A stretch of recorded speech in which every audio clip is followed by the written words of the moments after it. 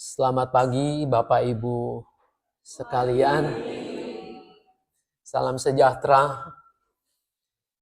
Tadi di kata pembuka kita sudah menyimak sebagian tema yang akan kita renungkan pada hari ini. Hati seorang pemimpin. Menurut Bapak Ibu sekalian, apa yang kita lihat, apa yang kita saksikan, para pemimpin kita ini punya hati enggak? Punya kepedulian tidak? Memahami dan mengerti kebutuhan kita yang dipimpinnya atau tidak? Tidak tahukah apa yang dilakukan oleh para pemimpin kita? Ya, kalau saya bertanya seperti ini, biasanya memang ada dua kubu. Yang pertama, pemimpin kita baik sekali.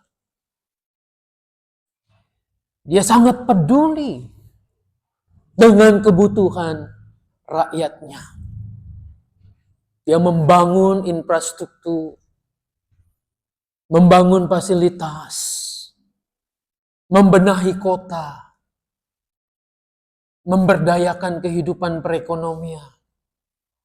Para petani disupport dengan baik sehingga menghasilkan panen yang melimpah. Tapi di sisi lain ada yang mengatakan tidak.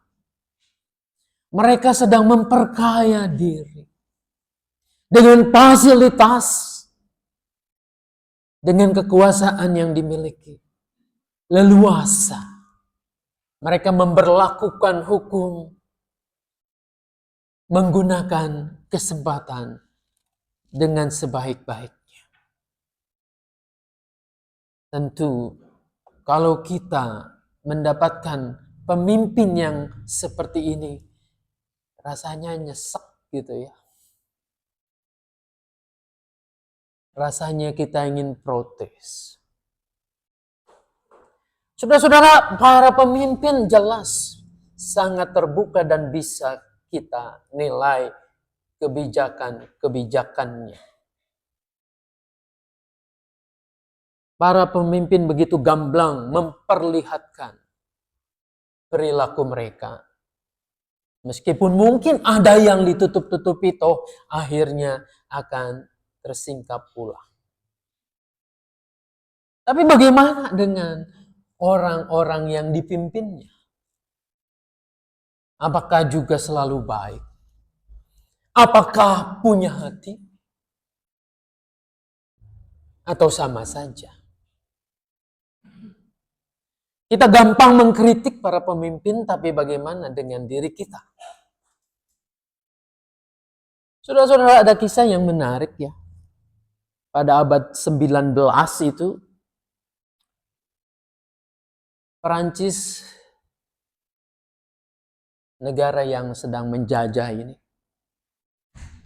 melihat di kota Hanoi, bukan di Indonesia, banyak serangan tikus. Jadi tikus itu harus dibasmi supaya ketahanan pangan mereka itu tidak terusak. Tapi apa yang terjadi? Benar, pemerintah ini punya kepedulian luar biasa. Setiap tikus yang mati disetorkan dan pemerintah kolonial itu memberikan upah, hadiah. Mereka berhasil menangkap tikus, lalu ada imbalannya. Sejenak berkurang populasinya. Cuma masyarakat Hanoi berpikir lagi, oh dengan tikus mati berarti ada uang di sana, ada imbalan. Akhirnya mereka beternak tikus. Tikus itu dibudidayakan. Sehingga dalam ukuran tertentu lalu dibunuh dan disetorkan ke pemerintah. Kebijakannya diakali. Apakah tujuannya nanti sampai bahwa mereka bebas dari hama tikus? Tidak sama sekali. Dalam derajat yang sama, bukankah juga demikian? Kita juga suka akal-akalan. Sulit izin ini dan izin itu. Kita kasak-kusuk untuk cari order. Orang dalam. Orang dalam berprinsip kalau bisa dipersulit, ngapain dipermudah. Kita punya prinsip, ngapain kalau ada cara mudah, kita melakukan hal yang sulit. Sederhananya membuat SIM, ya, enggan ngantri, mungkin KTP, surat-surat yang lainnya. Di jalan raya juga begitu. Ngapain sulit-sulit, gak ada petugas, ya bablas saja. Seringkali kita yang dipimpinnya juga demikian. Memanfaatkan kesempatan dalam kesempitan itu. Saudara-saudara, hukum dan aturan selalu bisa diakali untuk tujuan memperoleh keuntungan. Ya, kita lihat para politisi culas biasanya sangat-sangat piawai dalam bermain undang-undang aturan ini. Undang-undang dijadikan tameng untuk meraih, menjaga, dan memperluas kekuasaan. Ini yang disebut kaum oportunis, bukan opor ayam. Kita menyaksikan bagaimana yang terjadi dalam keseharian kita. Untuk mencapai keinginan, menggolkan hasratnya. Ya kalau perlu undang-undangnya saja yang dirubah.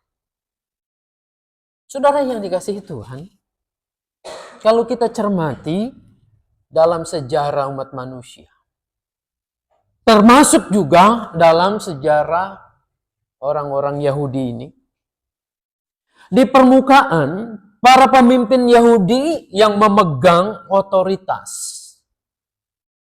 begitu sakleknya. Mereka tidak kenal kompromi. Untuk memelihara kekudusan, maka alat yang digunakan adalah hukum Taurat. Hukum Taurat dan kemudian turunannya itu. Hukum ini diterjemahkan lagi menjadi begitu rincinya.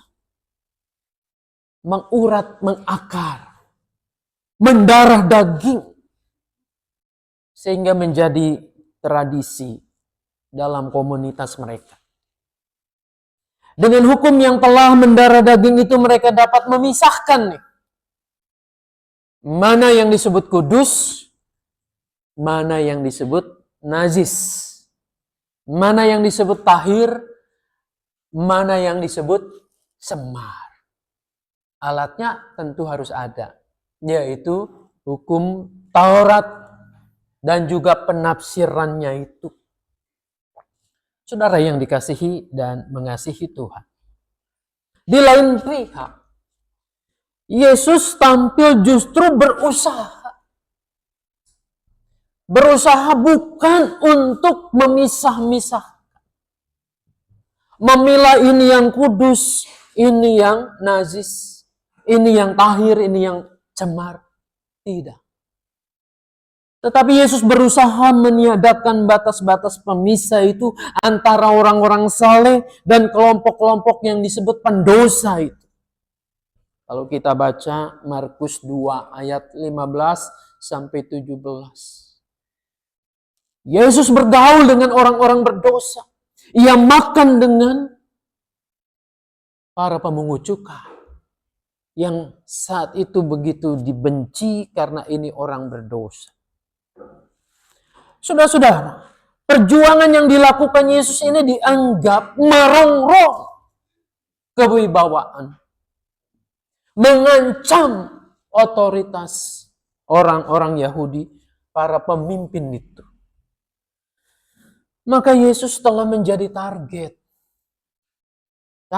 yang diincar terus, yang kemana-mana diikuti.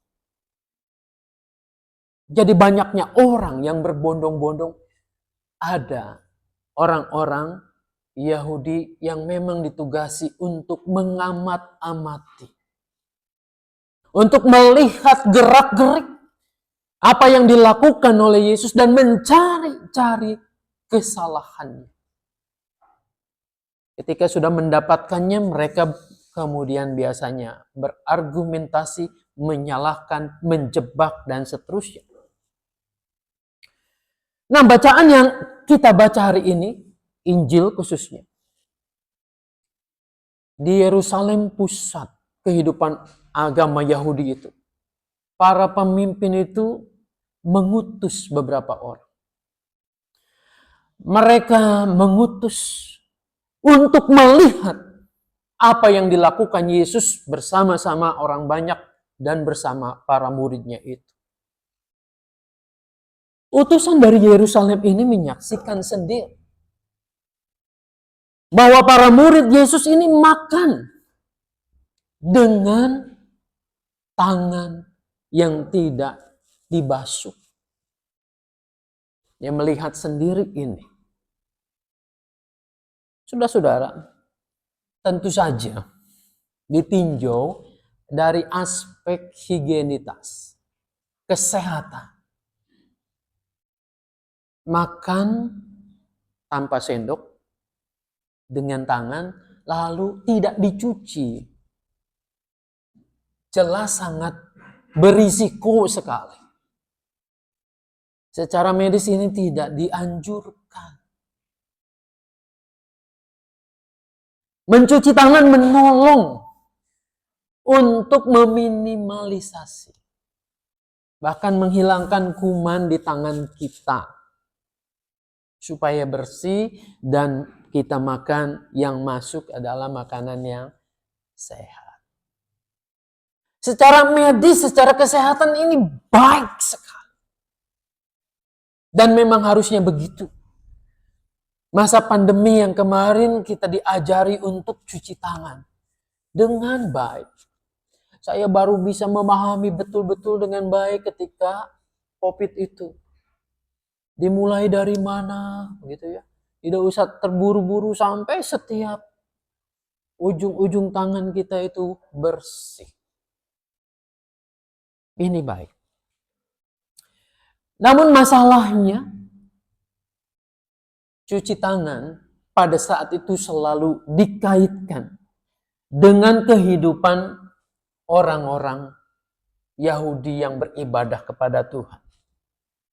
Bagi komunitas Yahudi, orang-orang yang tidak cuci tangan ini dikelompokkan sebagai orang-orang yang kotor, yang najis. Sebab tangannya bisa saja menyentuh benda-benda yang najis yang sudah ada tuh urutannya dalam kitab imamat. Bisa saja ia menyentuh bangkai mungkin tidak sengaja. Bisa saja tadi ya salam damai, berjabat tangan. Yang dijabat tangan adalah perempuan yang sedang haid. Najis loh itu. Bisa jadi ya telah bersentuhan dengan mayat dan seterusnya. Ini najis buat mereka. Ini kotor. Dan ini tidak layak ada di hadapan Tuhan. Padahal Mazmur yang tadi kita nyanyikan, siapa yang boleh menumpang di rumahmu. Tidak disebutkan juga kan orang yang sudah cuci tangan dengan bersih.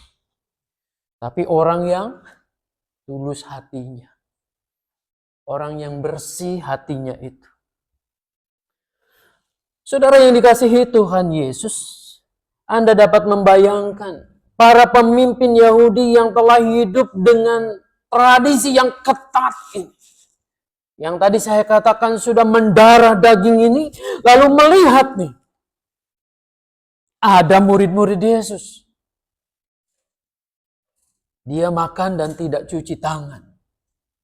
Saya yakin ketika Anda ada dalam komunitas itu, pasti Anda juga akan geleng-geleng kepala. Sama seperti Anda akan geleng-geleng kepala kalau saya ada di klub malam situ, di Jalan Mangga Besar ini, lalu melihat saya dikerumuni oleh wanita-wanita cantik, pasti Anda akan serupa ini, tidak cuci tangan, makan. Adat seperti apa ini? Sangat tidak punya adat, tidak memelihara hukum. Nah, saudara-saudara, bagaimana dengan reaksi Yesus? Ketika digugat, ketika dipertanyakan. Apakah Yesus kemudian membela nih? Membela murid-muridnya membabi buta. Ya udah, itu kan murid-murid aku. Aku harus membela apapun yang ia lakukan. Saudara-saudara, ini dipakai oleh Tuhan Yesus untuk mengajar makna yang sesungguhnya. Yesus tidak menjawab tuduhan dan keberatan mereka, tetapi balik mengecam dengan keras. Dia mengutip kitab Yesaya di situ ya. Bangsa ini, maksudnya kalian semua ini, datang mendekat dengan mulutnya dan memuliakan aku dengan bibirnya, sedangkan hatinya menjauh dari aku. Percuma mereka beribadah kepadaku, sedangkan ajaran yang diajarkan adalah perintah manusia. Perintah Allah kamu abaikan, dan adat istiadat manusia kamu pegang. Saudara-saudara, saya bergumul nih. Ada hukum Tuhan. Taurat itu yang jelas Tuhan memesan harus dipelihara dengan baik. Untuk memudahkannya, maka hukum itu diterjemahkan dalam kebiasaan sehari-hari. Supaya umat terpelihara.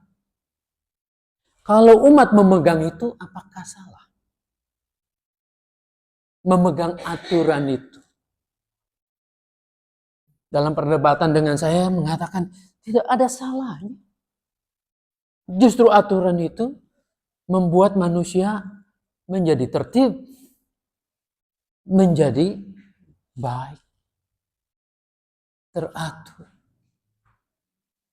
Lalu apa yang salah dengan ini? Saudara-saudara, yang Yesus kecam sebenarnya bukan aturan demi aturan, tetapi ada beberapa penambahan-penambahan yang kemudian menjadi tradisi. Dalam kitab Ulangan tadi, Ulangan 4, kita jelas mendengar bahwa Tuhan menghendaki memelihara itu, tapi jangan menambahkannya. Di samping itu, apa yang terjadi ini bukan untuk diri sendiri, tetapi untuk menilai. Dipergunakan sebagai alat untuk menekan orang lain dan untuk memuliakan diri sendiri bahwa mereka lah yang kudus itu. Saudara-saudara, inilah sebenarnya yang dikecam oleh Tuhan Yesus. Yesus menyebut mereka sebagai orang-orang yang munafik. Jadi perhatikan kalau kita dengan jeli membaca antara polemik Tuhan Yesus dengan ahli Taurat ini, selalu tuh yang dikecam adalah kemunafikan. Munafik tampaknya mereka hidup saleh, memberlakukan hukum dan aturan dengan begitu ketat. Tidak boleh ada kesalahan. Mereka menekankan kesucian, kebersihan badan sebagai tanda umat yang kudus. Namun sebaliknya, Menurut Yesus mereka mengabaikan ibadah dan kesucian hati batiniah mereka. Padahal yang dikehendaki Tuhan bukanlah kesucian yang diperlihatkan lahiriah itu, yang akhirnya membuat sekat tembok pemisah itu. Menurut Yesus percuma. Mereka memelihara aturan yang pada akhirnya tidak menjangkau tujuan, yakni menjadi berkat, agar mereka yang berdosa dapat kembali mengalami kehidupan yang penuh anugerah di dalam Tuhan, bukan semakin jauh. Saudara-saudara, perkara cuci tangan dan makan yang disebut najis, buat Tuhan Yesus bukanlah pokok persoalan utama. Tidak ada sesuatu pun dari luar seseorang yang masuk ke dalam dirinya dapat menajiskannya, melainkan hal-hal yang keluar dari dalam diri seseorang, itulah yang menajiskan orang itu. Dalam bahasa terjemahan yang lalu, bukan yang masuk ke dalam mulutmu yang membuat tubuhmu najis, tapi yang keluar. Saudara-saudara, tentu ini bukan ditangkap secara harafiah. Oh, kalau aku makan apa saja berarti boleh. Halal buat aku.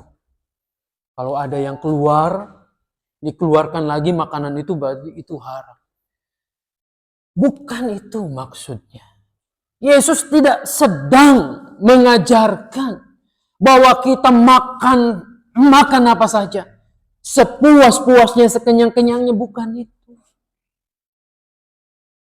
Saudara-saudara, Yesus Allah berkata, kamu boleh makan apa saja tanpa khawatir, karena semua makanan yang masuk dalam mulutmu itu tidak dapat menajiskanmu. Sekali lagi ini harus kita pahami bahwa Yesus tidak sedang mengajari kita untuk makan segala-galanya, bukan. Bukan untuk memuaskan nafsu makan kita, bukan itu. Tetapi ia sedang berbicara tentang sumber yang dapat menajiskan orang. Sumber itu ada di dalam hati manusia. Saudara-saudara, menurut Yesus, sumber kenajisan ada dalam batin manusia. Bukan oleh tindakan lahiriah, seperti makan dan minum. Hati dipahami oleh umat Yahudi sebagai sumber dari segala apa yang tercermin dari perilaku kita. Hati adalah pusat kepribadian manusia. Keadaan hati manusia menentukan seluruh aksi dan non-aksi manusia. Jadi ketimbang mempermasalahkan cuci tangan sebelum makan, ini sama sekali tidak ada sangkut pautnya dengan kepribadian, baik tidaknya orang. Yesus mengajak pendengarnya untuk menelusuri. Bereskanlah hatimu itu. Pada kenyataannya Yesus juga tidak menolak hukum Taurat. Tetapi dalam hal ini, ia merekonstruksi kembali, mengembalikannya. Pemikiran yang keliru, manusia harus dikembalikan. Saudara-saudara yang dikasihi Tuhan, bagi Yesus, segala ketetapan itu tidak akan mampu membersihkan kenajisan manusia. Anda menjaga makanan yang baik. Anda menjaga makanan menurut imamat itu daftarnya yang halal semua. Tapi ketika niat hatimu tetap jahat, maka yang tercermin dari ucapanmu juga jahat. Dari perilakumu itu juga jahat. Jadi bukan tangan, bukan apa yang menjadi masuk ke mulut yang harus dibenahi. Hatimu dulu itu. Yang seharusnya dibereskan. Disinilah kita melihat Yesus seorang pemimpin yang punya hati. Dalam hal ini, kembali teman saya mengatakan, Pak, hati itu kan bisa terpengaruh oleh intuisi kita. Oleh niatan-niatan kita, ia bisa menelisik masuk. Betul. Kata hati nurani bisa saja juga tercemar. Kita merasakan ini dan itu, lalu kita jadi gamang juga mana yang benar, mana yang enggak. Nah, beruntunglah tadi bacaan yang kedua, Yakobus mengingatkan kepada kita. Saudara-saudara, dalam Yakobus 1 ayat 21 itu dikatakan, sebab itu buanglah segala sesuatu yang kotor dan kejahatan yang begitu banyak itu, dan terimalah dengan lemah lembut firman yang tertanam di dalam hatimu, yang berkuasa menyelamatkan jiwamu. Jadi hati ini pun harus dipelihara. Harus diisi oleh firman Tuhan. Disitulah hati Anda dan saya dikendalikan. Sehingga nantinya kita bisa berpikir bijak. Bisa menentukan mana yang baik, mana yang salah. Bisa melakukan yang benar. Bisa, kata Yakobus, membuang segala pikiran yang jahat, niat yang jahat, perilaku yang jahat. Selama hati manusia tidak dibersihkan oleh firman Tuhan, maka selama itu yang bercokol dalam hati Anda dan saya adalah nafsu kejahatan.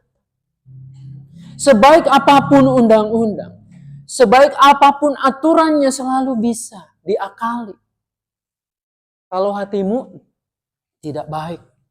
Tapi kalau hatimu baik, dikendalikan oleh firman Tuhan, ada atau tidak ada orang yang melihatnya, engkau akan melakukan perbuatan yang baik.